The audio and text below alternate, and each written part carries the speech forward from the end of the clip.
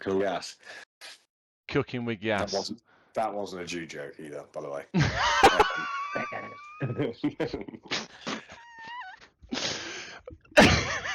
Oh, so it's that. Yeah, well, that's the cold open, that is. So, you've been to Vietnam. Tell me. As I've realised from the last podcast, obviously, or whichever one it was, I think that was the Japan one. It just sounds like you're Was that the last time we did this? Probably, no, yeah. It can't be. It can be. It can. Hey, I went to Japan in September, bro. That's like 8 months ago. It's just making me think of that football meme when he goes, surely it can't go on like this. He goes, it can. Oh, it can. I'm pretty sure though. I'm like 90% sure the last time we spoke. I'll go check the channel. We've still only got one subscriber. We still got the same one subscriber. That's quite impressive. Yeah, we've kept him. You know, that's a good point. We're probably the only YouTube account in existence right now that's not losing subscribers, and that's an achievement. Why is everyone losing subscribers? Well, everyone, yeah. So 5 months ago, Andy reveals the secrets of Japan. Oh right, because you put it up probably about 5 months ago, didn't you? And then I think it was probably about 3 or 4 weeks after. It must have been about October we did that. Well, whatever 5 months ago from now would be. What? Well, no, because I think it took you a few months just to edit it and get it up. Oh yeah, that'd be December, wouldn't it? Yeah, like I went to Japan in fucking September. Start of September. We probably did the podcast end of September, start of October. And I think you had a bit of a job editing it all. I did. I think I was a bit lazy with it. But anyway, so 5 months ago, did that. Andy's Travel Stories, the podcast. What's the next episode? What was Vietnam like? Vietnam is sick. I'll tell you that. I mean, I've already told you a little bit of. Did I tell you much when we were in York? Actually, I don't think you literally. We've not discussed a single thing about Vietnam. We've not spoken a drop about it. Oh, well, that's good. At least you don't know the stories already then. Yeah, obviously, I went with my brother dinner, which was sick. And I'm not gonna lie, I've been a bit emotional now. Like, it was actually just fucking bare nice after all the Jack shit. Like, obviously, the stuff with Scott and Jack and everything. Like, just to be able to go away, just me and my brother. I just felt very lucky to be able to do that, which was nice. But yeah, obviously, like, I just winged most of it. I think I booked all the hotels about 2 or 3 weeks before. And then the transport we just kind of sorted out when we were there. I was still on the plane trying to sort shit out, effectively. Figure out stuff. But yeah, it was, we did Hanoi first for a few days. And then went to Ninh Bình, well, Tam Coc, which is like on the outskirts of Ninh Bình, it's in the countryside. And then there's a night on a Halong Bay cruise, which I probably shouldn't say this because I work for a travel company that sells them for a lot of money, but I would not recommend. Waste of money, in my opinion. What was the waste of money with the cruise? It's just fucking gay, mate. Like, it's just fucking. Do you have any idea? Like, I mean, I guess it's kind of coming back around now, so maybe we're just riding that wave. But bloody hell, if it was like 2019, you'd be getting cancelled left, right, and centre. I don't care. I say that shit. I mean, it just is though. You know what I mean, don't you? Like, it's not like actually like gay people do it. It's just like, it's just fucking like, it's just like a poncy thing to do. Do you know what I mean? Like, it's just like one of these things that you spend. It was the most expensive thing I booked on the whole trip, and like, it was one night on this boat, and don't get me wrong, like, we got really lucky. We got upgraded. Our boat got upgraded, and because our boat had like an issue with the fucking toilet or something, so I got an email the day before, like, you're being upgraded to a different boat. Oh, nice. Which was kind of cool. And then but like, I got there, and like, it's like, you know, rich people all on it, and like, they're all rich Americans. Sorry if our only subscriber is fucking a rich American, but you're annoying, okay? But like, and they're just all like networking on the deck of this boat, and I was just like. And then like the weather wasn't great either, and I didn't take any fucking warm clothes, which is my fault. But it was fucking freezing the whole time. Like you go out like doing kayaking and shit like this, and I was like in a jumper in a fucking kayak on the sea. Don't get me wrong, the scenery is really really nice, and I think if the weather had been really nice, it would have been a bit of a different vibe. But like it just wasn't worth the money at all. Like it wasn't me. Like I just would rather have just. I don't know. I'd rather have spent another night in bloody Tamcock because Tamcock was sick. Like Tamcock was absolutely sick. What were you doing in Um, Tamcock? well, so we get there. So we obviously had the 3 nights in Hanoi to start off. We flew into Hanoi, right? Oh fucking hell, that bloody washing machine. So we get 3 nights in Hanoi. I'll go like chronologically. Hanoi is kind of fun for a couple of days, but it's a little bit of a shithole. It's kind of like it's not like a lot of like it's not like Bangkok or anything like that. Hanoi. It's like there's not that much to see and do. They've got like one street where you can kind of go out for a drink in the evening, which is like when I say one street, it's like a tiny little street. Like it is fucking tiny. Like it's barely 200 meters long. People are just coming up to you like trying to sell you women constantly, like trying to sell you prostitutes. Like they have lucky men that just pull up like they'll come in front of you like as you're walking down the street, put a phone in your face of just a woman sucking someone off. So mate, fuck off. Gee, that's some aggressive practices. Yeah, mate. It literally, and they all had the same fucking video as well. Like every single one had this same video of a woman sucking this, but it was like just a dick with a woman sucking on it. I was like, how is that like? Oh, what did you want to see the guy? Well, like no, but you can't even really see the woman. Like it was just like a real close up. It was just weird, mate. Like it was just like I didn't. I could get if like they put a video of like a woman or like on and like it was like a really fit woman, but it's just like the top of her head. Do you know what I mean? Like you're not even seeing anything. Like I don't know who that's attracting. Um, but yeah, it was a bit seedy. The bars were kind of shit. But one thing they do have in Vietnam is enormous NOS balloons everywhere.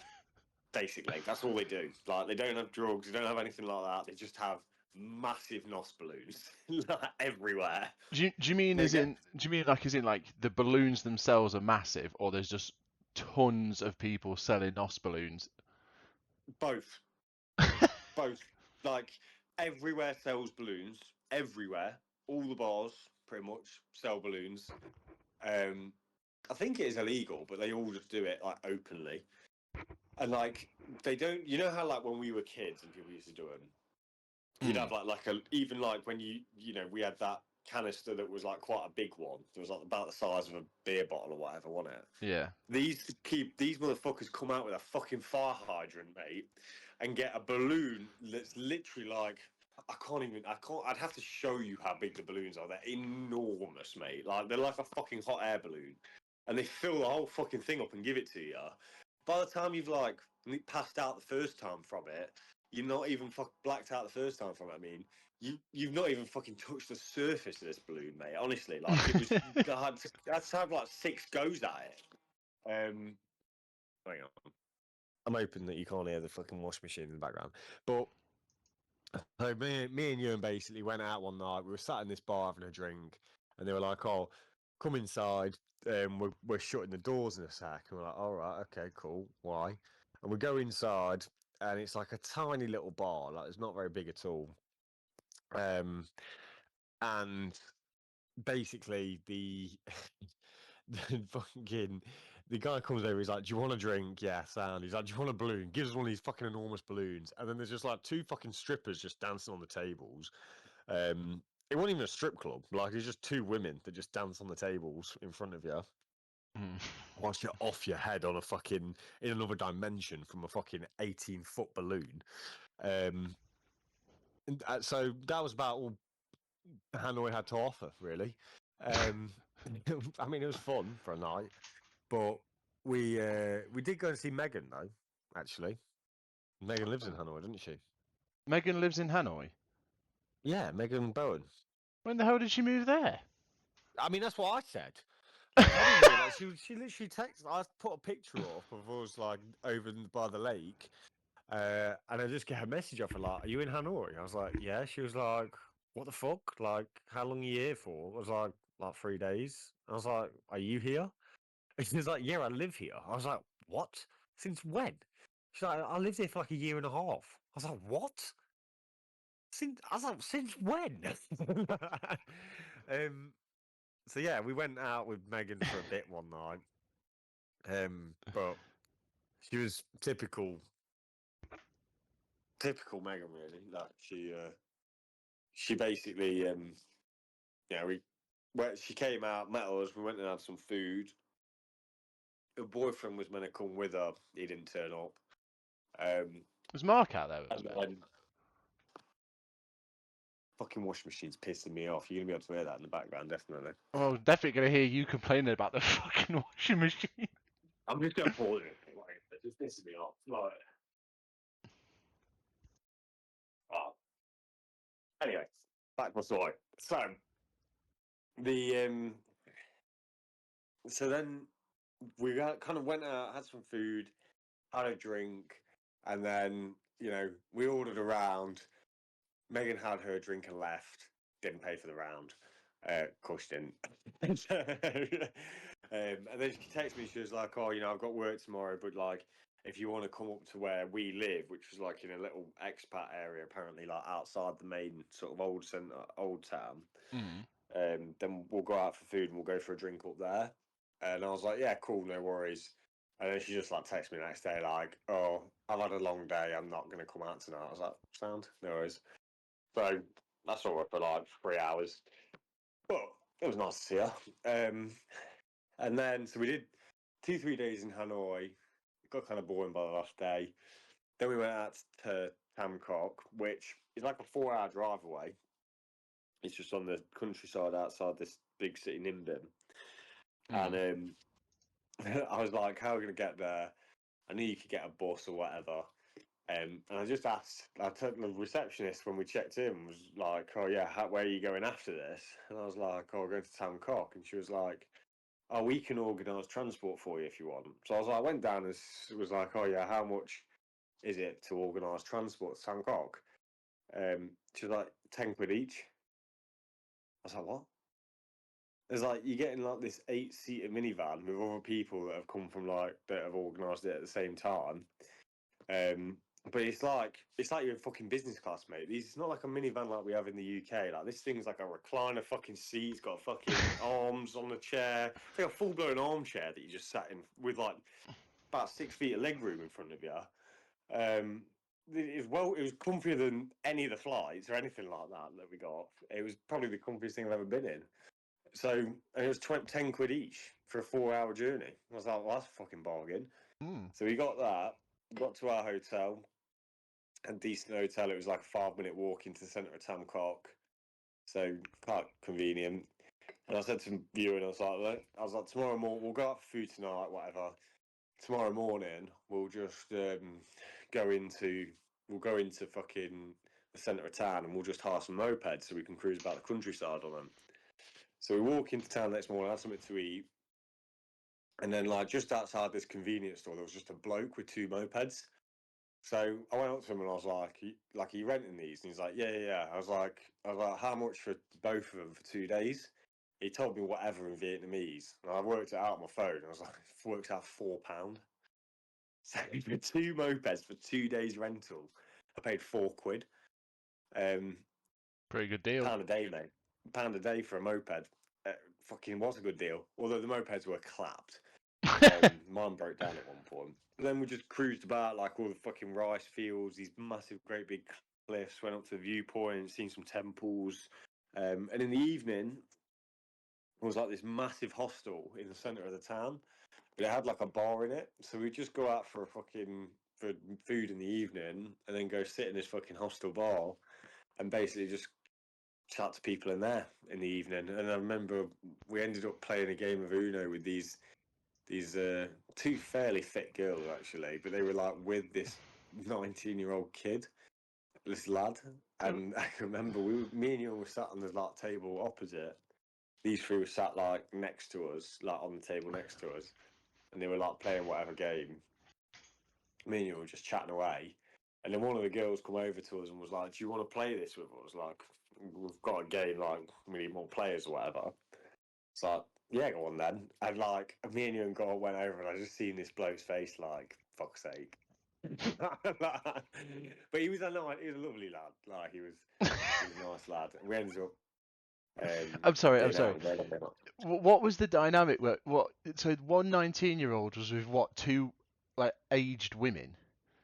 No, they were two like 25-year-old girls. Like they were all backpackers. Right. Okay. So like he was in a hostel. Like they were all staying in the hostel basically.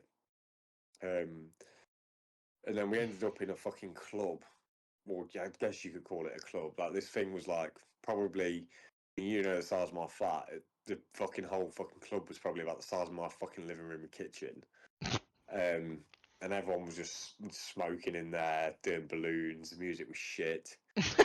So kind of after a couple of hours of that, we were just like, "Fuck it, we're going home." So we ended up going home quite early that night. It was probably, well, I say quite early, it was probably like 1 a.m. But 10 o'clock was fun. They're more just the driving around and seeing cool shit, like just having a moped, just cruising about constantly.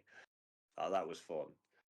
And Sounds then it. we went from there to Halong Bay, which I've already mentioned, obviously, wasn't great. Well, it wasn't bad. It was just fucking a waste of money, in my opinion, because we were paying like 20 quid a night for this hotel in bloody Tamcock. And I paid like 200 quid for us to stay on this fucking boat for one night. It was like a bit of a waste, really.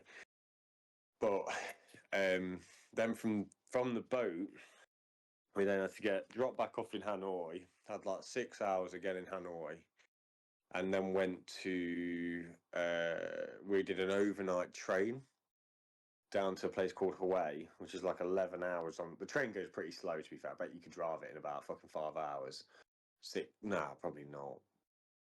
No, probably more like 7 hours or something. But yeah, 12 hours later, we've like overnighted on this train effectively, which was an interesting experience, listening to two French people having sex all night in the fucking cabin next to us. But What was it like? kind We, of, we. yeah, I'm not gonna lie, it was like, yeah, that was the noise that was being made for quite a lot of it. And like you wouldn't have fit in this bed either. Like it's like literally, so you get it's like a 4-person cabin, and I just was like, "Fuck this, we're not fucking sharing it with two people in bunk beds."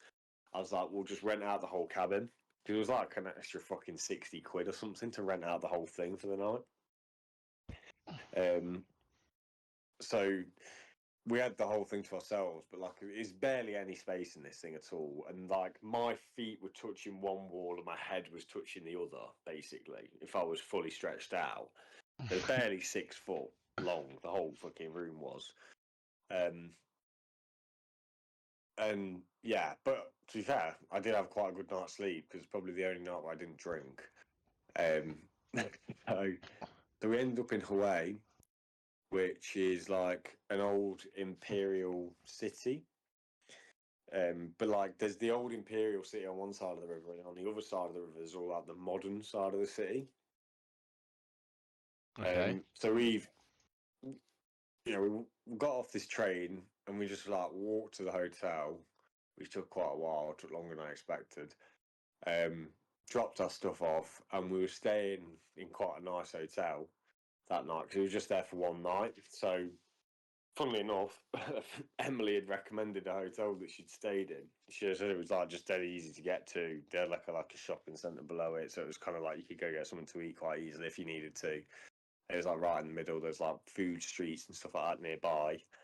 You could get about from there quite easily. And we ended up going to the Imperial City that day, did that whole thing, fucking walked for about 15, 20 miles or something, because we just walked the whole thing, which was cool. And then went back in the evening. The Imperial City is fucking sick as well, to be fair. Like, it was a shame the weather wasn't nicer because it's all these, like, really fucking old style Japanese buildings, and like they're all coloured and they've got dragons all over them in different colours and mosaics and stuff like that. But because it was kind of like raining, they didn't like pop that much, like on the pictures and stuff, like, or even when you was looking at them, like it Yeah. weren't that like spectacular.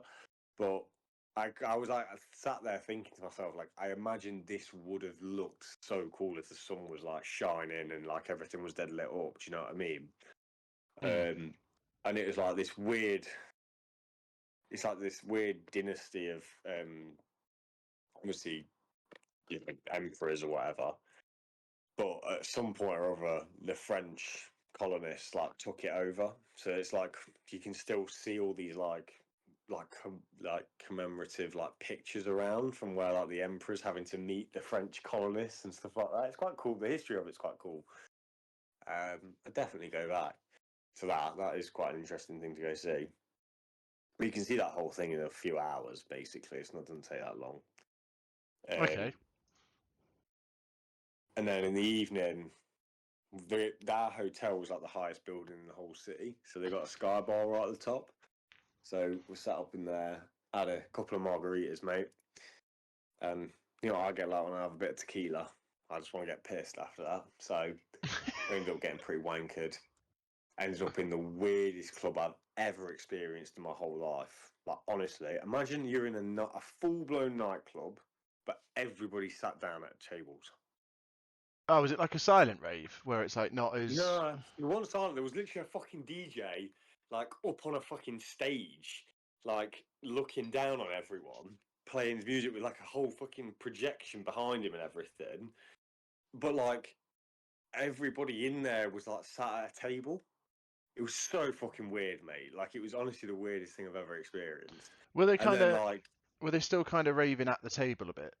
Like were a people? bit, yeah, like, people were, yeah. And, like, the odd person would go and, like, stand, I guess, in between the tables at the front and go and have a dance. Okay. But it was just weird, mate. Like, it was a proper, like, weird experience. So,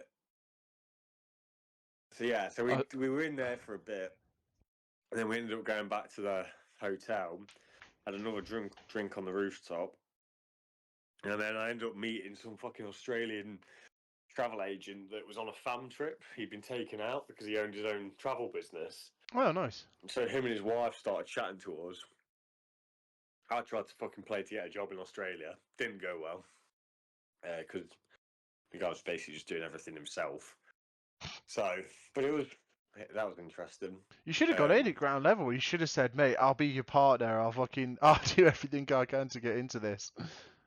That's what I was doing, mate. I was sat there like, mate, you should see the holidays I sell, mate. I make my company 300, 400 grand minimum a year. Like, blah, blah, blah, all this shit. Little does he know, I don't generate a single lead myself. So, like, I wouldn't have been able to do that to him. He probably clocked. But yeah, I was really playing for this, you know, moving to Australia to work as a travel agent for his company.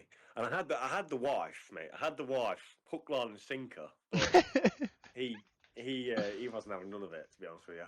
And then we had to sit, because basically he was there with the person from like what they call a DMC, which is like I don't actually know what it stands for, but it's basically like the supplier in the country that you use to book everything. Yeah. So, like, he's obviously got his company in Australia that he sells to Australians. And he was like, obviously, some Vietnamese company had like brought him out there to be like, this is what we can like sell for, you know, this is what we can book for you in Vietnam. I've just had a look. So the guy, I can't see pardon? anything. I can't see anything for DMC. I've got DME, which is durable medical equipment. Was it durable medical No, equipment? it's a travel agent. I've only ever heard it like a few times, even used for us. Like, we don't really, I just call them the supplier normally, but like, it is. Destination Management Company. There you go. That's it. A Destination destination management. management company is an intermediary that links the network of local travel service and suppliers with travel agencies who resell those supplies and services. Exactly. There you go. As you were. So anyway, this bloke was there, Mm.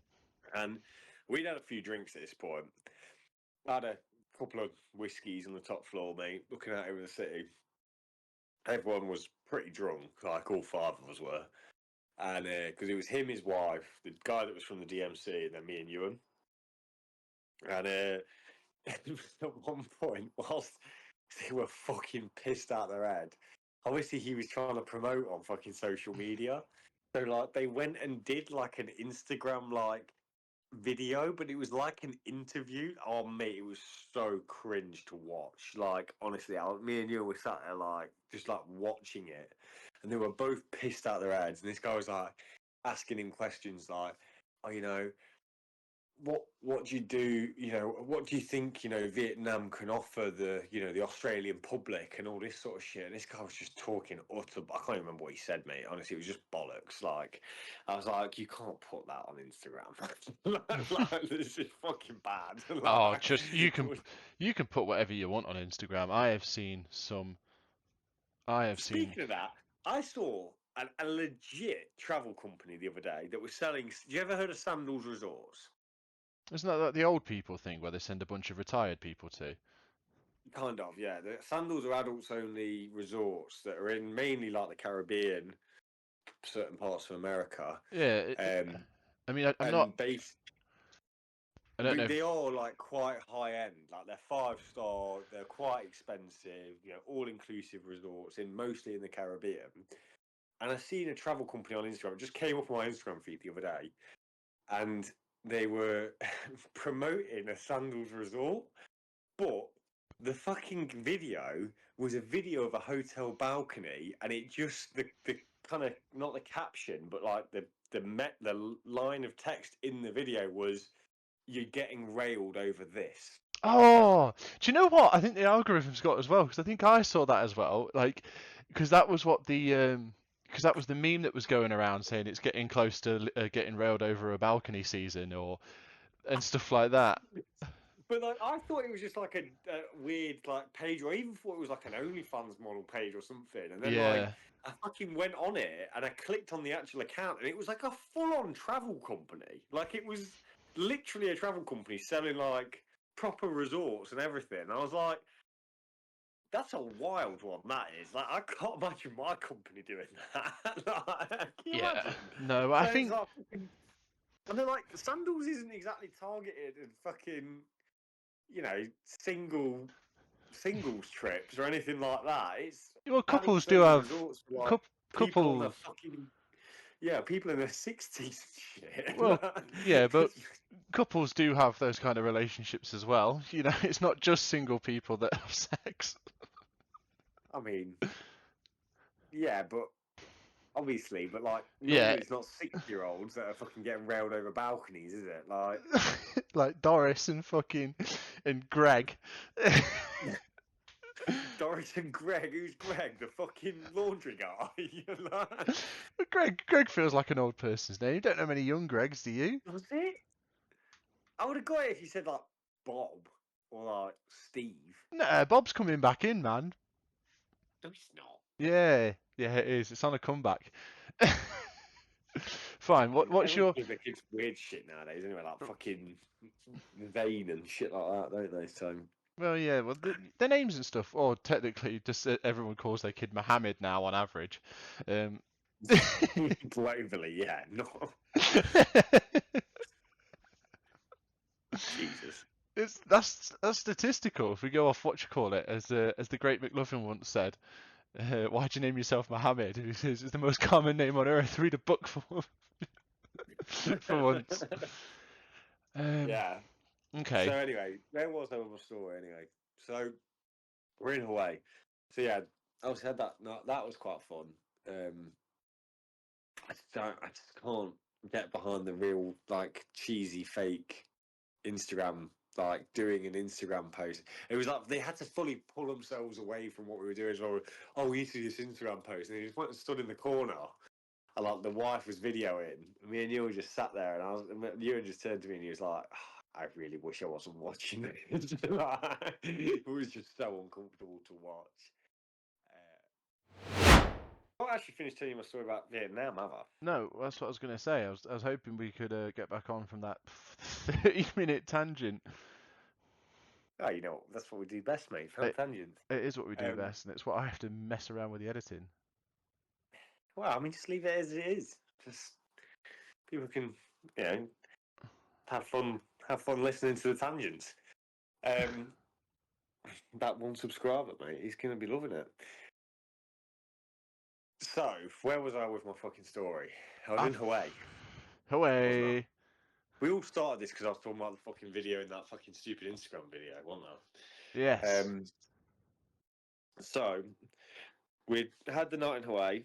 Next day, Hawaii. the original plan was this road, there's this mountain road called High Van Pass, which goes down the coast between Hawaii and Hoi An. It's called High Van Pass. Well, Haivan Pass. Okay, High Van Pass. I don't know. Yeah. I don't know. I mean, it's quite a lot of history. It's to do with when the French invaded the imperial. Well, I can't remember what they were fucking called now, but the imperial whoever it was that lived in this imperial city in Hawaii, they managed to push the French back for a bit. Okay. From this pass basically because it kind of like blockaded their route up the coast. So you go down anyway, and it's quite a cool road to drive along because on one side you're like looking over a cliff into the ocean, and then the other side it's just like sheer cliff face. They did an episode on Top Gear where they drove it. Oh yeah. But it's quite a cool little road, but the weather wasn't great, and in my head, when we'd had the mopeds in Tamcock, there's a way you can basically do it where you like pay for the moped people. They will then send your luggage to your hotel in Hoi An, and you just go on the moped. You just take the moped across the thing. But I'll be honest, in hindsight, after doing it, I'm kind of glad we didn't do that because the weather wasn't great. Doing it in the rain wouldn't have been great. And roads are slippy. I didn't really know what state the road was going to be in. It wasn't too bad in the end, but like the roads would have been slippy. I'm sure you can do it on mopeds quite easily, but there were some quite steep bits to the road that would have been fun going up and down. And you basically get buses apparently and like lorries that will come past you when you're on the mopeds apparently. And obviously, they're tight roads, so like, you're getting fucking pushed into the bloody into the cliff face by a lorry, effectively, as you're going up it. Yeah. So in the end, because I was like, we need to find the day before when we were doing all that other shit that I was talking about before. I was like, we need to find this moped place, and the weather was crap, and I was like, are we sure we want to do that, like this moped thing? And in the end, we just both decided, look, I went online and I was like, I can order us a vehicle that will stop us off at like 5, because there's loads of these little stop-offs you can do on the way when you're going across. Like cool little like forts. There's like this like big, there was this weird place that we went to that just, I don't really know what it was. It was like this giant Buddha, effectively. Looked out over the edge of a cliff towards the city of Da Nang. But it was like completely overrun with monkeys that would just come and fucking jump on people's heads and like rob shit off people. It was quite fun to watch them, to be fair. But yeah, so I was like, we could either, do it ourselves on mopeds, or we can just sack it off and I'll fucking hire a guy for like 60 quid and he'll take us to all the places we want to go see and just do it in a private vehicle, which actually ended up being quite nice because the guy was fucking sound.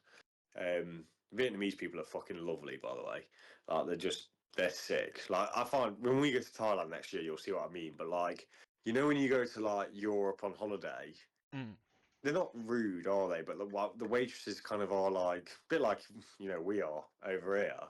Like you can't really be arsed. You're getting paid minimum wage. Do you know what I mean? Like you're not really arsed about it. No, and more importantly, you definitely don't like British tourists because most of them are Well, shite. there's that, yeah. Whereas over there, they can't do enough for you. Like they're really, really chatty. They want to know all about you. The service is just amazing in Asia. Everywhere you go, like obviously you tip them and stuff, but like everything's really cheap, and they're probably getting paid fucking peanuts, but they literally cannot do enough for you. You'll see what I mean when we go to Thailand next year. But yeah, so we've fucking hired this guy to come pick us up from our hotel. He was there right on time. We were even a bit late getting to him because we woke up late because we were hungover to hell. Needed to go get something for breakfast quickly, and we got out there, and I was like, "Oh, we've kept this guy waiting for about half an hour." Hmm. And we got out. I was checking out. And Ewan went out to have a cigarette, and the guy was like, Ewan was like, "Oh yeah," he said to me, "He's like, I came out. I was like, oh, sorry, we're late, mate. Like, he's like, don't apologize to me. It's your holiday. Like, you're on holiday. Like, why? No, you come when you want." The guy's like, "What a guy!" And then he's like, he'd apparently quit smoking, so his wife didn't let him smoke. But because we were smoking, because you can't vape in Vietnam, we were smoking cigarettes. He wanted us to smoke in his car. So every time we stopped somewhere, he'd take us somewhere, we'd stop, and then afterwards, when we get back in the car, he's like, "Smoking time, smoking time." And he's like, shut all the fucking windows and be like, "You have a cigarette?" I was like, "Mate, I need the window open, bro." Like, just inhaling our secondhand smoke. Blow it towards me. Blow it towards me. Yeah, literally, bro. Like, this guy was so. There's no way he'd quit smoking. He told us he quit smoking for 8 years. No one has quit smoking for 8 years. Wants secondhand cigarette smoke that much. Look, I don't believe it. I don't know. I Like, don't know just about don't. wanting it that much, but look, I've not smoked for a very long time, and I still, like, honestly, I still absolutely love the smell of it. It's Do you so, really? yeah, it's so See, I bad. hate it. Yeah, it's I so, hate the smell of it now. yeah, it's so bad. Like, what last time I smoked, I don't know, somewhere around 6 years ago, 5 years ago, somewhere around there. I But get it because I'm like that with weed. Like, sometimes when I come back from work, there's in the train station where I park, people smoke weed in the stairwells. mm, Like kids and shit will go in there and like smoke weed in the stairways of the train station car park. And sometimes I'll go in and I'll smell it, and I'll be like, "Oh, that smells so fucking good." yeah, I'm just like, I would love a joint. yeah, it's really weird because I don't have the desire to smoke. Like, I don't want to smoke. I have no compulsion to. Like, I don't go anywhere near it. And I'm put off the idea of doing it. But when people at work smoke or I'm out and about and someone's smoking, I'm like, oh, that's a good smell. And it's like so bad that it still has that trigger in me. I don't really get that with cigarettes though. It's weird because I always Yeah, used to well, smoke. yeah, well, I was a fucking proper smoker though, wasn't I? You were, to be fair, you were a lot more of a smoker than me. I think I just smoked because I People was smoke. secondhand addicted because of the weed Yeah, I think you. and Yeah, mixing it. yeah, but yeah, for me, the like, God, I love smoking. It was it was a great time. Do you never do it when you're on holiday and stuff anymore? No, I can't. You because you'll go back to it. Yeah, I did. I did it once. Where I went to Ibiza with work. And I'd not smoked for like 2 years, 2 and a bit years. Um, and then they were like, "Oh, do you want to have a cigarette?" And I was like, "Oh, I'm on holiday. Yeah, Marlboro Red. It's cost €5 out the machine. Why not? Fuck it." I had one. Marlboro's are the strongest ones, though. By the I know, way, but like, you're gonna get addicted. those are the ones that I smoked though. Those are the ones that I loved. And then um, I had it. I had the one, and I went, "Oh, lovely." And then like about half an hour later, I was like, "Oh, go on, and I'll have another. Yeah, I'm in the sun. I've had a few drinks. Why not? Bosh." And then I thought, oh, it's only €5. I'll buy a pack. I'll have a few watts of that here. Went through 60 in 4 days, and I was like, okay. We have now learned it is no cigarettes ever. I mean, I will say you'll have a hard time when we go to Thailand. I'm pretty sure vaping's illegal out Yeah, that's fine. there. Because and vaping's illegal, and it's 60p for a pack of fags when it was in Vietnam. So, I don't think I'll smoke. I'll because I vape a little bit. proper deckies, mate. You got to get the old lip pillows in, mate. I'm telling you. I'll probably just have my like cigars or cigarillos and stuff. And plus, You'd have to take them out. Yeah, I don't know where you'd buy them, man. Place like that. I never see stuff like that when I'm out there. don't know. Anyway, right. Let's get this. Let's get this Yeah, Vietnam story back on. So you're in the car with the smoker who doesn't smoke but loves people to smoke in and around him. Yeah, effectively. So he took us to all these places. It was kind of sick. And then, like at the end, when we got to Da Nang, which is like the big, it's like the big, like tacky city next to Hoi An, which is on the coast. So you got Isn't like Da Nang Beach. It's like by tacky, do you mean like tourist? not even like tourist. Like Hoi An's way more touristy because it's nicer. Um, Da Nang's just like got a load of really shit all-inclusive hotels there. And like the place is a bit run down. I'm not gonna lie. Like it's kind of a little bit like their version of Skeggy, mate. To be honest with you. You went to Vietnamese Skegness. Well, I drove through it. And I mean, Hoi An's on the other side of it, so we had to drive through it. do you know what? So we got, but it's the second biggest city apparently Yeah. or it might be the third biggest city because obviously you got Ho Chi Minh and Hanoi, and then I think Da Nang is the third biggest city. Mm. So there's obviously quite a lot there, but I think a lot of the locals live in Da Nang because it's cheaper, and then they'll work in Hoi An, which is Yeah. like half an hour away. And Hoi An's like much nicer. It's much more upmarket. Like you go there and it's like, I mean, you'd like it. It's like a proper romantic place, really.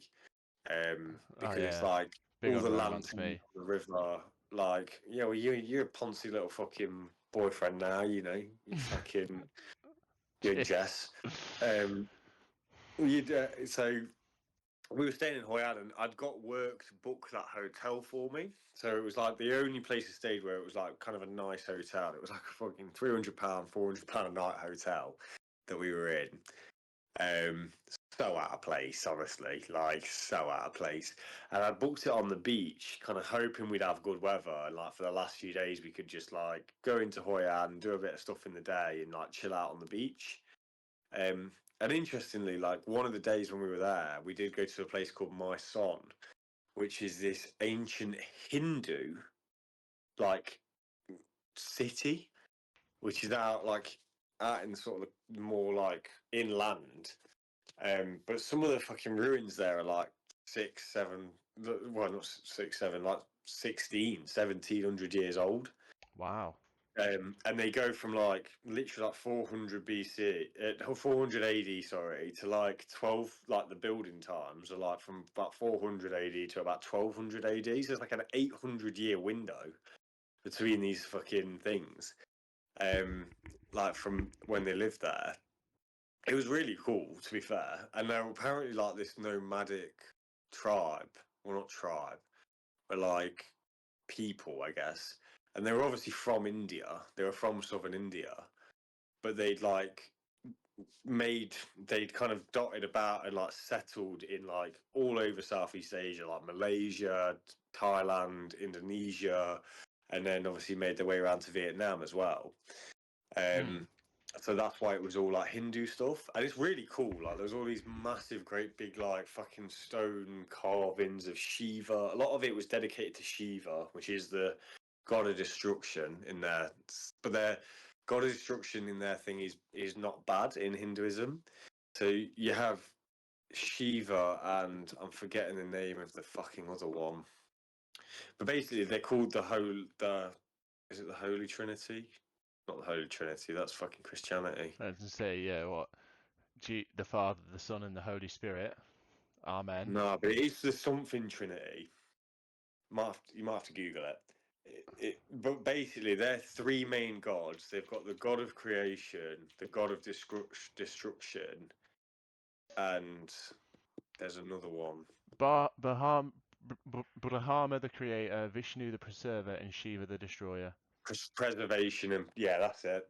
So you got preservation and destruction, and the So creator, yeah, creation, yeah, that. and they're kind of like almost the same god, but in Hinduism, it's kind of blurred. There's different types of Hinduism. So there's certain types of Hinduism that have like they'll separately worship them as like individual gods, and then there's a type of Hinduism where like they're all one god, basically. I think Yeah, that's because kind of from what I'm looking at in the imagery, there's loads of representations of like the three of them as separate, and one of them is one person with like nearly three bodies worth of people in one. Yes, yeah. I think it's there's different types of Hinduism though, because obviously Hinduism's like the oldest religion that's still around. It's a polytheistic religion.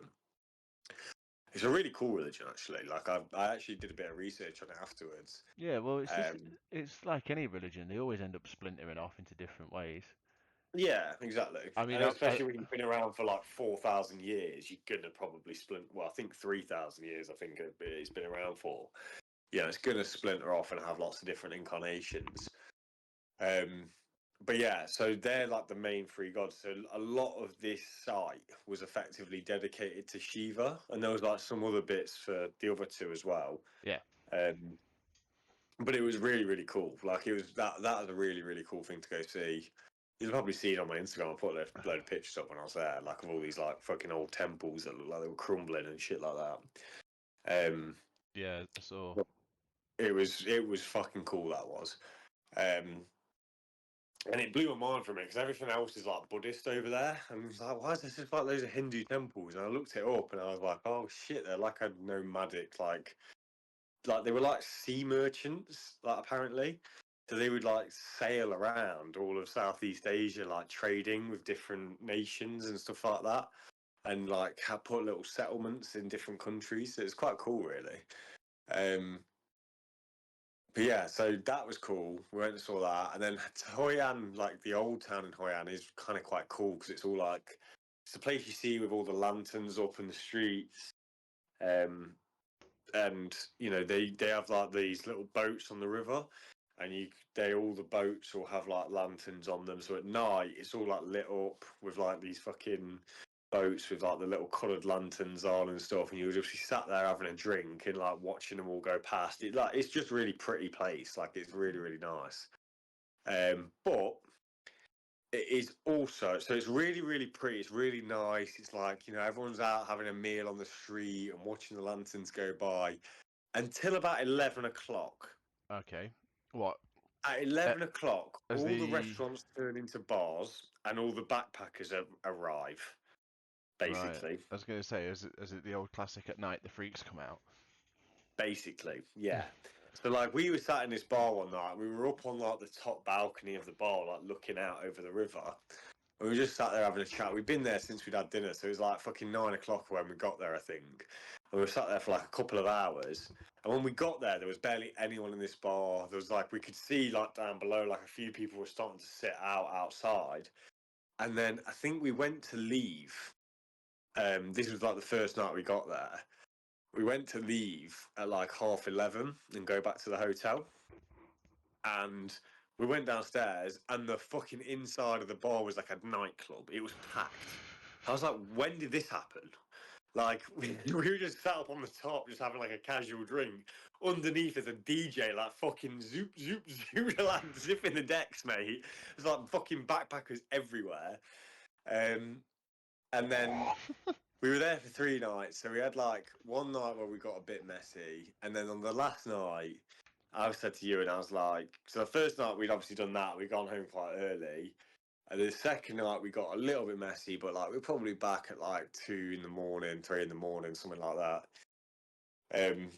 And then on the third night, I said to you, and I was like, right, we'll go out for a nice dinner. This is our last night in Vietnam. So tomorrow we've got to get 3 flights home. We had to get a flight back to Saigon to then connect onto our Turkish Airlines flight back to Istanbul to then get our flight back to Birmingham.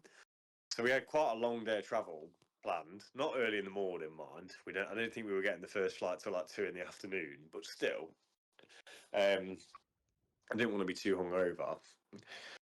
So we went out. We ended up because we've been eating Vietnamese food the whole time. So we went up and we were walking around and we're like, "Where should we go to eat?" And there was this fucking bare nice looking steak restaurant. Oh, nice. And you know me, can't go on holiday without having at least one steak. Mm. So we had this, and to be fair, for Vietnam as well, it was expensive. Hoi An was like it was obviously like the tourist trap. Because this steak, I think.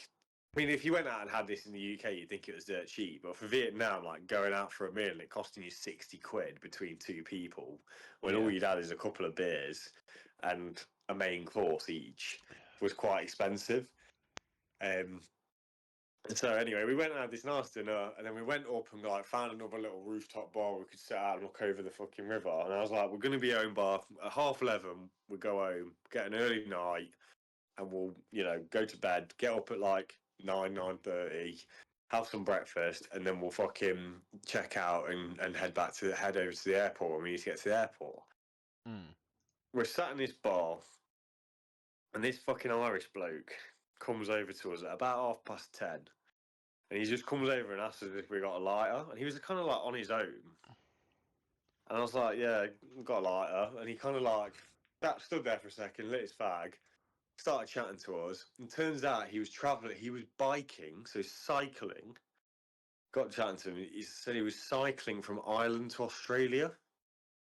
And he had the craziest stories, bro. Like, he'd obviously been through all of Europe. He'd fucking cycled through Turkey, Iran, Afghanistan, to Uzbekistan, I think. Did you meet Fergal Guian? Who's that? That sounds like the guy that would have an Instagram, and I've just googled guy that cycled Irish guy cycling to Australia, and he's freewheeling Fergal Guian. His name was Rossi. That's all I remember. But I do actually have a weird feeling his real name was Fergal. Yeah, I'm on his Instagram. I think Rossi was. Have you got? Do I follow it? You do. Yeah, that's him then. Yeah. There we go. Yeah. So he had this mad story. So he cycled through Iran, and then obviously made his way up through Tibet, Iran, Afghanistan, Tibet, through the desert in China, and then come back down. And he was coming through Vietnam. Oh, fucking hell, this guy's fucking cracked, mate. Honestly, like, this guy's utterly nuts. Yeah, So, I'm just having a flick through his Instagram now. It's a fucking mental bit of work he's been doing. Jesus. yeah, he's been doing it for like 30 months. He was all like for some like sort of charity he's doing it for. Well, yeah, it's like that guy And that walked from fucking Manchester to Ibiza. yeah, I mean, this is way more impressive But though. that, Like, yeah, you should hear this story because he's doing it all on his own virtually. Like, he has a couple of people occasionally like joining for certain legs of it, but like he literally was doing most of it all on his own. And when he'd been going for Iran, he said Iran was like a really fucking lovely like country. Obviously, there's so much history in Iran, oh and yeah, like there's all these like old temples that because there's no tourism there, like they're completely empty. So you go around looking at them and like you're the only one there. He said it was sick, and like the people apparently are really really nice. Because he was like getting people like inviting him to stay in his house because he's just doing it all in a fucking tent, mate. Apart from when he can find enough money to stay in a hostel. So anyway, he's going through Iran, and he said he kept getting people like coming over and like when he was stopped at the side of the road getting a breather or getting some shade out the sun or whatever, that they come and give him a bottle of water or they come and give him like a fruit drink or whatever it was, like just something to like hydrate him basically. And this guy came over to him and gave him what he said was like a Capri Sun, but it wasn't a Capri. It was that sort of thing, like in one of those little like packet drinks that you stick a straw in, basically. And he said he took like a few sips of it, and his hands went numb within a couple of minutes. all right. And he was like, "Oh no!" He's like, "This guy's just drugged me." He's like, "He reckons someone had fucking injected something into the Capri Sun." Um, so he started like driving off, Or cycling off. right? Cycling off, yeah. But he was as he was doing like obviously as he's cycling off, he's losing his like motor systems basically, like this because this guy's drugged him. So he ended up like coming off his bike and like crawling into like a fucking drain pipe under a bridge with his bike to hide. And apparently this guy then like came up to him and was like apparently like trying to rob him, and he ended up having to like fucking kick him away whilst he's like losing control of his body. Um, and in the end, like some people saw it apparently, stopped it all happening, and took him to hospital. But he broke his foot in the process somehow. Anyway, he wakes up in hospital the next day, and bear in mind he's got like 4 cameras attached to his fucking bike and everything, so he can video himself doing the whole thing. He woke up in hospital the next day, and he woke up and there was just like loads of people in black suits, and he was like, "What?"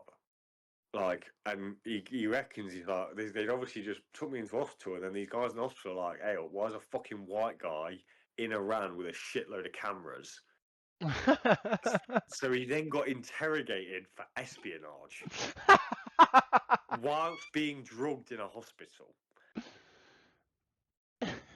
Mate, maddest story. Like, it might not be true, but it sounds insane.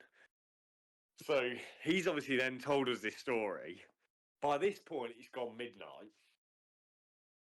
And then, classic, this fucking bird comes over and she's like, "We want to play this game. I've got this game on my phone."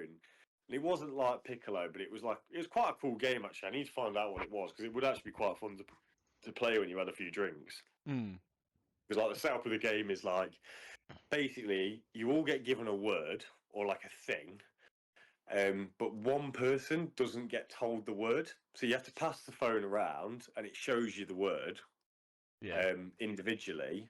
You obviously it's on an app basically, and you all get given this word apart from one person, but the one person that doesn't get given the word, so then you pass the phone around again basically, and it'll ask you questions, and you've got to answer the question like with a description of the word without saying the word, basically, if that makes sense. It'd be like, say we're talking about a person, mate. Like, say it's like David Beckham. It's like, it'd be like, oh, I can't really think of an example now. I'm doing a terrible job of this. That's all right. So, But yeah, anyway, you get the premise. Just before you go off on this, do we just do promos for everyone now? We're doing promos for bloody Vietnamese tourism and also Vietnamese laughing gas. Yeah. We're doing promos for fucking Fergal, whatever his name was. That's not. I don't want to be disrespectful. I just can't remember. And it wasn't even Fergal, was it? Oh, that's really bad. I think it was Fergal. Oh, was it? Okay, cool. Right, so we're doing promos for Fergal. I guess negative his press. Instagram is Rossi to Aussie. I remember that. Yeah. Rossi to Aussie or something. Yeah. But Negative press to be for fair, possibly Iran. you don't need our promo. We've got 1 subscriber, and this motherfucker's got 100,000 on Instagram, so I think he'll be fine. But you know what I mean? we're gonna have to hope our 1 subscriber is that rich American you mentioned earlier, because he's gonna have a lot of people to send money to and sponsor and pay for. No, I'm just letting you know the story. It's just a cool story, like. But where was I? Yeah. So anyway, played this game. She come over. She was like, "Can we play this game?" Basically, and it was English, and so like a few of them come over. We're playing this game for like a couple of hours or so. A couple of other people end up getting involved. But in the meantime, like everyone's getting distracted and having their own conversations because everyone's getting quite drunk or whatever. So anyway, at this point, me and you are like, we're not going home anytime soon, are we? No, fuck it, let's just commit. So then the bar shut and we were the last ones there. So we were like, well, there's a couple of places that were like clubs that were like nearby. So they were like, oh, we'll go to this club. Like they'd been there another night. They went to take us there, and it was down the street. So we start walking down the street, and we got outside it, and it looked pretty shit. So me and you were like, well, we'll just go to where we were last night, like because we were out there till like 2, 3 in the morning, had a pretty good time. Let's just go back that way. And as we go back that way, some little cunt on a little moped. So in Vietnam, you have this thing called well, it's like Uber basically. I think it's called Grab. You have it in loads of Asian countries, and it's basically Uber, but you can order just a moped to get a lift on if you want to do it cheap. Oh, nice. It's just you. So you don't have to order a car necessarily. You can pay less and just order a guy on a moped and he'll come and give you a lift. So loads of them just loiter around this area trying to give you lifts home. They do that in China. I've seen that because China's, especially Beijing, is renowned for having horrendous traffic Yeah. jams and stuff like that. You can you pay a service, and a guy in a moped comes, picks you up in the traffic, and takes you to work, and then another guy goes and sits in your car and brings it to work. Yeah, it makes sense. Like it's the same in Hanoi. Hanoi's, you really wouldn't want a car in that city. Like you're better off with a moped, genuinely, because like 90% of what's on the road is mopeds, and it's just easier to get around because it's so busy. So you can just squeeze, and they're all weaving in and out of each other and all sorts. Man, they can do some crazy shit on these mopeds. Some of them got like fridges on the back and shit, and they're whipping them around left, right, and centre. Oh, I hope you didn't hear that. But anyway, so this guy comes up to us on a moped, and he's like, "Do you want a lift?" And we're like, "Mate, we're only going back down the road, like fucking 100 meters maybe down the road." Ewan was quite pissed, right, at this point. So Ewan's like, "Yeah, fuck it, I'll have one." So he gets on, but he's side saddling on this moped. Oh yeah. And he's not like got his leg over, like he's just got his legs off the side saddling on the back of the moped. And as he fucking goes on, like as the guy fucking zips off back down the road with you and on, one of the girls shouts at him, "You do realise he's going to make you pay for that?" So my brother thinks, I know what I'll do. I'll jump off at 25 mile an hour or whatever it was going. Did he? So Did he? obviously Did he tuck and he roll? Because jumps off. if you tuck and roll, then you're fine. Not if you're sideways on, you're not. Like, because if he'd have like been like straddling normally on the back, and he'd like managed to hop off the back and then roll, maybe. But he was going reasonably fast, and he just tried to like basically hop off the side of it whilst he was like side saddling it. So obviously he's hit the floor, his momentum's taken him, he's rolled to the side and just clapped his head off the concrete. Literally smacked his head off the concrete. His phone's gone flying. I've seen it like from down the road. Fucking sprinted down. He's gone down like a sack of potatoes. I've seen it. And I got there, and like people at a restaurant nearby had come running out to like go and check he was okay and stuff. And like they got him on his feet, and genuinely he seemed fine. Like he actually seemed okay. So as the night goes on, we end up going into this bar, whatever. And as the night goes on, one of these birds decided she'd taken a bit of a liking to me. Oh, you just absolute lover boy. Just Oh, mate, yeah, you know me. So I ended up, made a little agreement. I was going to go back to her hotel because she had a hotel for the night for some reason, even though she'd been backpacking. So I'll go over to Ewan. And I'm like, just so you know, mate, I'm probably going to end up going back to this bird's place. He's like, yeah, no worries, Sand, don't worry about it. And I was like with her for a little bit. And Ewan went off at one point, and he's like, I'm probably going to get a balloon, mate. And I was like, all right, go for it, mate. So he goes off and does the balloon. such a Bear in good mind, brother. he's just smacked his head off the concrete. I, at the time, didn't put two and two together because he seemed fine at this point. Like, he didn't seem like there's anything wrong. But he did the balloon, and then I went to go. Like, I decided, I was like, it's getting late, and we do have to get up in the morning. At this point, it's like 4 a.m. And I was like, if we're going to go back to yours, we should go now, sort of thing. I went over to find Ewan, and he'd done this balloon, and honestly, he was in a pickle. Like, he was in an absolute pickle. And obviously, oxygen starvation combined with a concussion probably isn't a great combination. No, I'll be honest. This sounds like borderline negligence from you Yeah, as the I mean, it nearest was. responsible adult. I mean, also, he is a responsible adult as well. Like, you know Yeah, what I but mean? he's now concussed, so he's no longer. So you're now the de facto like looker after of All right, him. I was thinking on my dick. Leave me alone. Like. Anyway, so I said to this girl, I was like, right, we're not going anywhere till I get him in a taxi back to the hotel.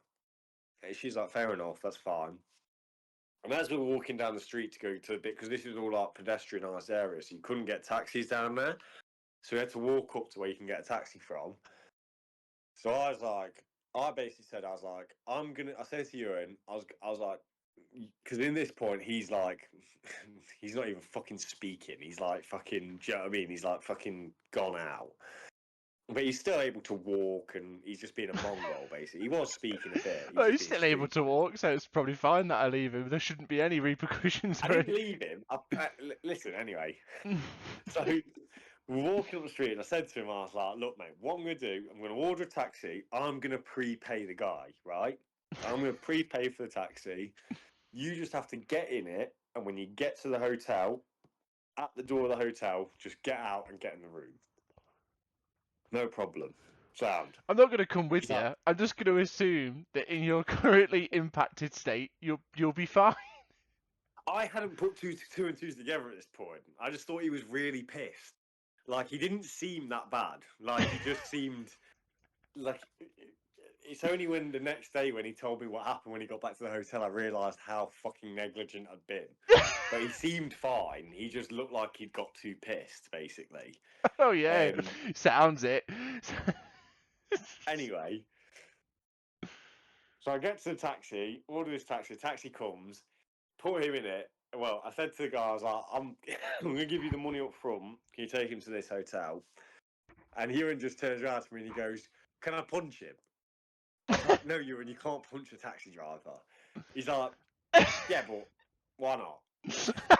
That sounds like him. And I was like, Ewan, please, whatever you do, don't punch the taxi driver. I'm coming back with you. He's like, no, don't come back with me. No, you go and enjoy your night. I'm like, right, okay. I was like, I've prepaid for it, so you don't need to pay. You don't need to do anything. Just when you get to the hotel, just get out and get in the room. He goes, if he tries to make me pay, can I punch him? I was like, he's not going to try and make you pay. I've already paid him. Like, don't fucking stress about it. So anyway, he ends up going off. I go back to this girl's place. And probably shouldn't be saying this on the podcast, but I go back to the girl's place. And as we're walking into our hotel, she goes, oh, just so you know, I wasn't expecting anyone back. So I've not shaved. I was like, okay, fine. I can't be that bad. Mate, it was bad, bro.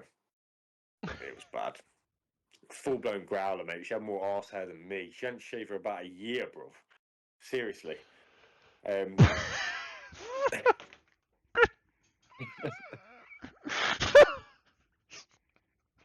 you just put yourself on mute or something? What the fuck? No. I must have laughed so hard it cut out or something. I don't bloody know. So oh my I got god. back to anyway. So whatever happens, we started, doing the thing, and I realised how drunk I was at this point because, I was having sex with her, and the room started spinning. Oh no. I was like, oh no. I was like, I feel like I'm gonna throw up. I was like, oh no. So I had to like kind of roll off her, lie flat out on the bed, let the room spin kind of I had to like just kind of make small talk with her for a bit. Let the room spin sort of like die off, and the feeling of I'm gonna throw up die off. And then I just got up. After it did, I just got up, put my clothes on, and left. And she just sat there like, what the fuck? She's like, you going? I was like, yeah, I'm going. I need to get back. Like, I've seen a bit. She's like, oh, if you're ever in Norwich, let me know. I was like, I'm not going to do that. And then walked out, got a taxi back, got to the room. Brother was in the room, sleeping in his bed, all good. Wake up the next morning. I was like, mate, my head is fucking killing me. I was like, oh no. And he had like fucking, all his back was like ripped to shreds from the concrete where he'd fucking fallen off this fucking thing. And he's like, mate, you don't want to know what happened when I got back to this room last night, when I got back to this hotel last night. He was like, for a start, I got to the front door, and because it was 5 a.m., all the doors were locked. I was like, yeah, I had that problem too. Someone let me in eventually. He's oh, like, but you didn't yeah. remember that at the time. That's Well, he was in the room when I got back, so I was like, oh, he must have got in fine. And like, the security guard did come and let me in after a while. I didn't think about that at the time. Obviously, when I put him in the taxi, I just thought he'd be able to get in. well, no, it sounds most definitely like you didn't. Anyway, so when I got back, he was in the room. I was like, oh, it's all worked out fine. It's okay. Anyway, he goes, bear in mind, this is like a hotel, like a 5-star hotel that we book through work. And all the rooms were in like little villas, like dotted around the gardens of the hotel. He's like, somewhere in this hotel, there is CCTV of me crawling across the grass to try and find our room because he couldn't see apparently. Yeah, So so he was like, he said he was like, I think I went blind. He's like, I couldn't see anything. so And he's like, I fucking couldn't see, so I thought the best thing to do would be to get on the floor and crawl so I didn't fall over. So he says there's a video footage on the CCTV somewhere of him crawling around this 5-star hotel trying to find the room. so I was like, I'm such a bad brother. you are a bad brother. I really shouldn't have just left you to come back on your own. And I was like, I didn't even fucking enjoy myself either. I nearly threw up on it and I had to come home afterwards. Like, it was a waste of time anyway. So what's quite funny about that is that what he's saying. So there's like, I'm not, full disclaimer, not a medical professional, but I have heard of people um, losing vision from concussion because what you get is that like basically like this isn't going to sound right at all, but you have like the vision sensors or the like not the sensors but the connections that go through the back of the Yeah. head. Well, your optic nerve is, your eyes are part of your brain, Yeah, technically. but the nerves basically can get bruised that the signals go through, and then you can have swelling after the bruising. So you can see it first, but then as time progresses, you can lose the vision. Yeah. Which sounds like it did happen. Yeah, I mean, realistically, what I should have probably done is taken him to the hospital after he fell off the fucking moped. But he seemed fine and I was drunk and I made a bad decision. So I'm a bad brother. But it all worked out fine in the end. He said, to be fair, when we were going for breakfast the next morning, he did say that he couldn't, his right eye was still blurry, like he couldn't see properly through it. But he said by the time we landed back in the UK, it was fine. So we had a headache for like 3 or 4 days afterwards. But I also think he was probably concussed, but I think he was okay till he did the balloon. I think the balloon, like, oxygen starvation to your brain after a concussion probably isn't a good combination. I think the balloon is what sent him over the edge. Oh yeah, yeah, no, I think, I mean, look, I'm not 100% on that. We might want to get a medical professional's opinion. I'll speak to my local GP and see if he agrees. I'm not gonna lie, that's my theory anyway. I'll put it that way. But yeah, um, that was my last night in Vietnam, effectively. So all fun and games. That was your last night in Vietnam. Yeah, that was the last night, and then we obviously the next day we then have 3 flights home whilst we both felt like utter shit. 3 different airports, so that was fun. You had three utter shit nights in three different airports. No, not 3 nights. So we flew. We then at 2 o'clock we Oh, sorry, flew an three hour, and utter it was shit like flights. no. To be fair, we got very lucky actually. So one thing that happened was, and I think it kind of happened because I booked it through Trailfinders. Oh, I shouldn't say the company name then. Fuck. That's all right. Might phone it up. We'll bleep that. We'll bleep that. We'll bleep that. Yeah. But I think because I booked it through work, basically they see it as like a staff travel booking. So on the way out, we got to the check-in desk when we were in Birmingham, and he just literally went, "Your seats are shit. Let me upgrade them," and gave us extra legroom seats. Oh, very nice. And then on the way back, she didn't even tell us. But to the first flight we had to get from Da Nang to Ho Chi Minh. And then we had to go from one. So that flight was pretty shit. I'm not gonna lie. It was like a Ryanair plane basically. But then we flew to Ho Chi Minh, which is like the kind of capital city, and capital in the south at least anyway. Yeah. And then we flew from there back to Istanbul. So basically we got into Ho Chi Minh, picked up our luggage, had to go from one terminal to the other, check back in at Istanbul. The queue was fucking mad for this flight. It was like a 45-minute, hour-long queue. And as we got towards the front, someone just called us over to the premium economy check-in desk. And I thought they just opened up the desk because the queue was so busy. But she checked us in, and she never even said anything to us. She just checked us in, gave us our tickets. We were on our way, right? And then we get on the plane, and I was like, "Where the fuck is our seat?" Like, we walked through the premium economy bit into economy, and like was looking for our seat. I was like, "We've gone past our seat. Like, how have we already gone past it and not seen it? I don't get it." And then I asked the woman, and she was like, "You're in premium economy back there." I was like, "What? Why?" Like, premium economy is like an extra grand. Like, I didn't pay for that. She's like, "Oh, you've been upgraded." I was like, Well, aren't "Oh, you lucky? sick." Yeah, so on the way out, we got upgraded to extra legroom. On the way back, we got upgraded to fucking premium economy, which is where you get the fucking wider seat. You just get 2 seats by the window, and you have like 6. It's more room than what you get in extra legroom. Basically, you get like fucking 6 or 7 inches extra room. You can recline your seat back further. You get a bigger screen. You get better food. You get the whole shebang. So I was like, well, we've fucking won here, mate. Like, I was like, this is like hitting the jackpot. This would have cost us an extra grand. So to be fair, that was not a bad flight. I will say that was actually quite nice. I got a good bit of sleep on there. I didn't feel too horrendous when I got back the next day. I still did not feel great because I've basically been travelling for. To be fair, I'd only really been travelling for like 16 hours when I got back, but because of the way the time difference and everything worked, I left at 2 in the afternoon in Vietnam and got back into Birmingham at like 10 in the morning. So it kind of felt like, you'd been away for like, you'd been travelling for like 24 hours effectively. Yeah, I know what you mean. It But it was, feels it's so weird when you travel as well because I feel like I don't know if it sits more intensely in your head, but travel feels longer than it is.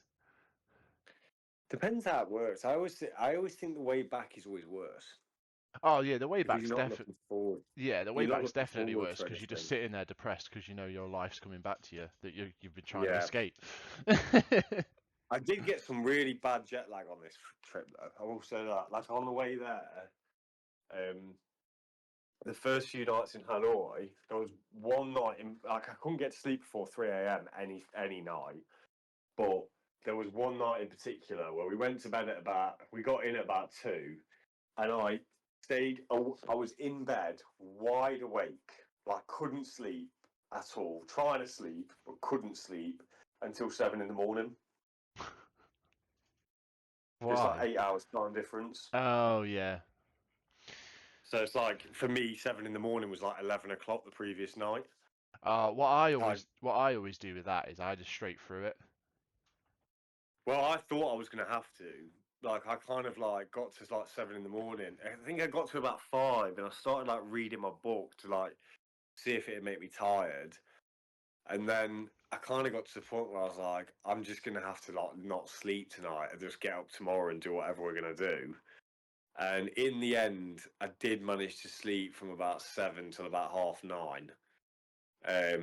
But I honestly, it was like the thing is when you can't sleep like that, it's the most frustrating thing in the world. And then when you, and I don't normally get that bad jet lag to be honest with you, but I think it's because on the first night we went out rather than just trying to go to bed, and we didn't get ourselves set like really into the time difference. So, but then on the when I came home, I actually had a couple of days off before I went back to work, and I just kept falling asleep at like fucking 7 o'clock on my sofa, and then I was awake at like 4 o'clock every morning because I was like still in the fucking So I was like, I had work at like 10, didn't need to be up till bloody 7, and I kept waking up at like 3, 4 a.m. wide awake, couldn't fucking go back to sleep. And I was falling asleep at I was like trying to stay awake longer at night so that I'd then sleep in longer in the morning. And every night I'd like sit on my sofa, get home, and just sit on my sofa. And then at 8 o'clock I was out cold, but on the sofa, like slept till like 1 a.m. and then having to send myself to bed. And then waking up at 3 and I was wide awake. So I did get some bad jet lag on this one. I feel like it gets worse for you as you get older, I think. I don't know if that's true. I don't know, I never used to get it that bad. I never used to get it that bad when I was younger. I used to just fucking go to sleep at the normal time and just crash out. I mean, I can't say one way or the other. Yeah, do you know? No, but I think when you're a kid, you just kind of operate in some la la land when you can just nap all the time. But when you get older and you get more into your rhythm, like I can't nap at all. I have zero chance of sleeping, even No, at the I'm best of saying. times. And so, yeah, it can be a difficult one. But like when I was in time when I was like 20, 21, I don't remember having that bad jet lag. I No. don't remember being stuck up until like 7 in the morning ever. And I don't remember when I came back from Australia, like staying, like waking up at like 2, 3 in the morning and not being able to get back to sleep. I Yeah. can't remember now, but I don't remember it like that. But yeah, that's my Vietnam story.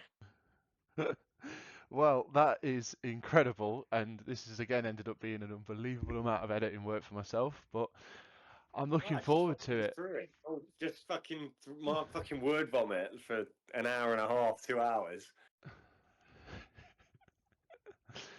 I mean, look, I think, yeah, I think this is going to be Do you solid. think you have that? I don't think you have to edit that much stuff like that out. I don't know. It depends on what I end up having to do or not do, to be completely honest. Um, I guess we'll find out. We'll find out tomorrow when I try and edit this down. But I Well, appreciate your you'll time. have to send me. You'll have to send me the fucking first bit and see what I fucking think of it. Oh Anyway. yeah, I'll edit the whole thing and then I'll send it through to you. I'll send a rough cut through for a veto. But yeah, I really need the Yeah. toilet, so we're gonna have to definitely call it there. Um, but as to the one subscriber, if you manage to make it through the hour and a half of Japan, I've now got 2 hours possibly of Vietnam and other shit for you. So, Mr. Guy, I hope you are a rich American. If you are, donate $50 so Andrew can buy himself a proper headset. Oh, You uh, might do it. You never yeah. know. Just to add, if anyone actually does ever listen to this and actually do anything, we're going to start Andy's ideas or Andy's. Like an agony aunt that they used to do back in the papers, where people would write in and say, "Oh, hi Right. there, I'm having this relationship issue, I'm having this problem, or I've got this problem at work," and then they'd have a columnist who would go, "Oh, hi there, Andrew. This is what I think you should do in this circumstance," and people would write in, and they'd be quite red. We're going to do the agony Andy, so people Wait, can so I'm giving my advice on what they should do, or exactly. So people are going to write yeah, in. but I'm a terrible person. Surely people should be giving me advice on what I should do with my fucking terrible Oh, decisions. you definitely, yeah. Well, yeah, but people will do that in the comments anyway. I'm sure if depending on what goes out, Fair point, yeah. there's gonna again. If we do get any comments or anyone listens to it, we'll definitely get some advice from some people. Yeah, you, you, I we'll, mean, we'll probably get contacted by whatever the brother equivalent of RSPCA is. why? Oh right, right. I see. I wonder where you were going at. Then. I Yeah. didn't really understand for a second. But lovely. Right. Well, thank you very much, everyone, for listening to this, or one guy for listening to this, or possibly no one. We'll catch you next week. Yeah, love it. Bye bye.